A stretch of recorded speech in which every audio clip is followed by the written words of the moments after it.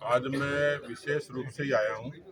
हमारे माननीय सांसद कनकमल कटारा जी ने प्रधानमंत्री जी के निर्देशों से पूरे देश में जो सांसद खेल प्रतियोगिताओं का आयोजन किया था, उसके उत्साहवर्धन के लिए आया हूँ। जैसा मुझे जानकारी मिली और देश में भी सब जगह से, क्योंकि प्रधानमंत्री जी का ये मानना है कि राजनीति केवल नारों की नहीं हो, राजनीति रचनात्मक भी हो। और जिस तरीके से नई शिक्षा नीति में किसी भी विद्यार्थी के और बहुमुखी विकास और व्यक्तित्व के लिए उन्होंने आह्वान किया है, उस लिहाज से खेल अब पढ़ाई के साथ व्यक्ति के जीवन का हिस्सा हो। सामाजिक रूप से भी हम देखते हैं कि गांव-गांव में कभी कबड्डी, क्रिकेट और इस तरीके की खेलों की प्रतियोगिताएं भी करते हैं और लोग क्लब बनाकर भी उसमें खेल करते हैं। लेकिन पार्टी के प्लेटफॉर्म पे और सांसद कभी खेल प्रतियोगिता कराएगा जिसमें सभी समाजों का योगदान होगा। तो ये एक अभिनव इन्होंने एक नवाचार किया है जिसमें सर्व समाज के लोगों को समाहित करते हुए हर मंडल की टीम जिसमें है। और खेल क्योंकि केवल मनोरंजन नहीं है, खेल लोगों को जोड़ता है। इसलिए हमारा जो काम है सर्वस्पर्शी और सर्वव्यापी, लोगों को जोड़ना। तो खेल में वो ताकत है कि जो किसी भी बंधन को तोड़ के लोगों को जोड़ता है। तो सांसद महोदय ने अच्छा नवाचार किया है, मुझे आपने जानकारी दी थी। इस नाते मुझे अच्छा लगा कि मैं आकर उनके काम को अप्रिशिएट करूं, तो इस नाते मैं साग बढ़ाया। सर, अभी मुख्यमंत्री अशोक गहलोत ने बयान दिया है कि बीजेपी के पास कोई मुद्दा नहीं है। उनके इस बयान को आप किस तरह? मुझे लगता है कि उससे पहले तो लगता था कि अशोक गहलोत बहरे हैं, पर अब लगता है अंधे भी हैं। क्योंकि राजस्थान की जो पिछले 4 सालों की जो हालत है, 4 बजट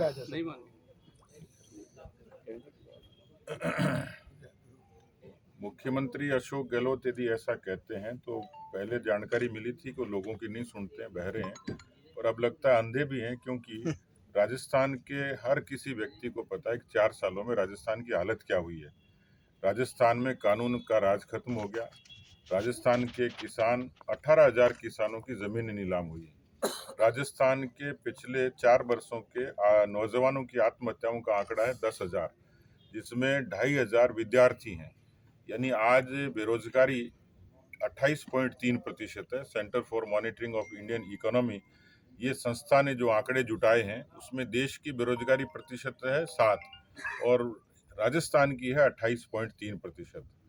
जिस तरीके से रीट की चीट ने और पेपर लीक ने विद्यार्थियों को आत्महत्या और अवसाद के लिए मजबूर किया, वो सरकार कहती है मुद्दे नहीं है। तीसरा पक्ष है यहाँ पर जिस तरीके से जो अपराध हैं, भ्रष्टाचार है। मैंने सदन में भी कहा कि राजस्थान में इस समय जो भ्रष्टाचार है उसको राजस्थान की सरकार ने, कांग्रेस ने शिष्टाचार बना दिया। अस्पतालों की हालत ये है कि अस्पताल में डॉक्टर नहीं है, स्कूल में मास्टर नहीं है। 85,000 पद खाली है। 1 लाख भर्तियों की घोषणा की, लेकिन अभी तक यदि सरकार ईमान पर होती तो 95,000 व्यक्ति नौकरी पा चुके होते। खूब सारी भर्तियां लंबित हैं। राजस्थान में बिजली, सड़क और पानी, 100 यूनिट बिजली फ्री कर दी लोगों को लुभावन करने के लिए। 18 में करते तो मानते, 19 में करते तो मानते, 20 में करते तो मानते, 21 में करते तो मानते, लेकिन चुनाव आया तब उनको सुध आई, लेकिन बिजली देंगे तो ना। इसलिए बिजली की कमी है, सड़कों की हालत खराब है। पानी के लिए जो जल जीवन मिशन राजस्थान में 1 करोड़ घरों तक कनेक्शन देना था, आज सिर्फ 32 लाख कनेक्शन हुए हैं। तो आप समझ सकते हैं कि केंद्र के पैसे को भी ठीक तरीके से उपयोग नहीं कर रहे हैं। तो राजस्थान की सरकार के खिलाफ जो आक्रोश है वो मुझे लगता है कि इतना बड़ा है कि वो तो सरकार को रिपीट करने की बात करते हैं। मैं कहता हूं कि इस आक्रोश से तो ये सरकार नहीं, कांग्रेस परमानेंटली डिलीट होगी। सर, हाल ही में अभी पूर्व मुख्यमंत्री वसुंधरा राजे डूंगरपुर के दौरे पर रही थी और उन्होंने जिस तरह से जन सुनवाई की, उनके सामने जिस तरह से बीजेपी के दावेदार पेश हुए हैं, तो क्या बीजेपी ने अपनी विधानसभा की चुनाव की तैयारियां शुरू कर दी है उनको, या उनको ऐसी कोई जिम्मेदारी दी है क्या? देखिए, पार्टी सामूहिक रूप से चुनाव लड़ेगी, ये केंद्रीय नेतृत्व कह चुका है। नेताओं का अपना सम्मान अपनी जगह है, लेकिन प्रधानमंत्री जी का पिछले दिनों दौसा का आगमन और उसमें लाखों लोगों का आना, ये इस बात का संकेत है कि मोदी जी का नाम और काम ये राजस्थान में जनमानस में बड़ा है। दूसरा कारक है भारतीय जनता पार्टी के संगठन की और विचार की और कार्यकर्ताओं का परिश्रम और उसकी ताकत। हम लोग पूरे तरीके से तैयार हैं, सामूहिक नेतृत्व में चुनाव लड़ेंगे, मोदी जी के नाम और काम पर लड़ेंगे और कार्यकर्ताओं के परिश्रम के लिए लड़ेंगे। सर उन्होंने एक मतलब यहाँ के लोगों ने एक विज्ञापन भी जारी किया था वसुंधरा जी के आगमन को लेकर, उसमें कमल का निशान गायब था।